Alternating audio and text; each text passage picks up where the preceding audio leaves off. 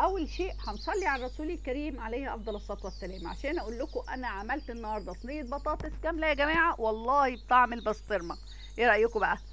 طعم البسطرمه اقسم بالله زي ما بتجاب من بره. انا بجيب البسطرمه، بجيب اللحمه المفرومه واعملها بسطرمه في البيت، ولما عجبتني وعجبت ولادي قلت طب ما انا احط نفس المكونات واعمل كفته بنفس الطعم بتاع البسطرمه، وطلعت في النهايه كفته بطعم البسطرمه في منتهى الجمال. جربيها مش هتندمي. والمكون السري اللي معانا هو معلقه من الحلبه المطحونه.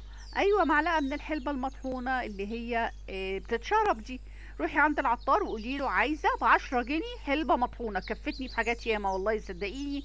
عملت منها الحلبه المعقوده، وعملت منها بسطرمه باللحمه المفرومه، رجعي لي الفيديو ده هيعجبك قوي. وعملت منها كمان كفته النهارده باللحمه المفرومه، عملتها بطعم الصدوق. بصي انا انا خلاص عجنت العجينه بتاعت اللحمه.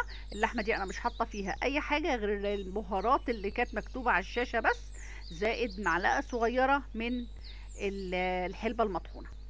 انا بجيبها مطحونه من عند الراجل جاهزه على طول، عشان مش ضامنه ان انا اطحنها طحن كويس جيد يعني في البيت. عجنتها كلها في قلب بعضها وما حطيتش اي اضافات، وعملتها بالشكل الجميل ده. وحطيت هنا كوبايه كبيره فيها ميه ومعلقه ملح كبيره، ورشتها كده حوالين البطاطس، ودخلتها الفرن استوت بمنتهى الجمال. جربيها هتعجبك، وربنا يحسن ما بين ايديكم. وحصري والاول مره كفته بطعم البسطرمه من عند ام نور. ربنا يحسن ما بين ايديكم جميعا، وما تنسونوش في اللايك يا جماعه. اشوفكم على خير في فيديو جديد ان شاء الله. باي باي.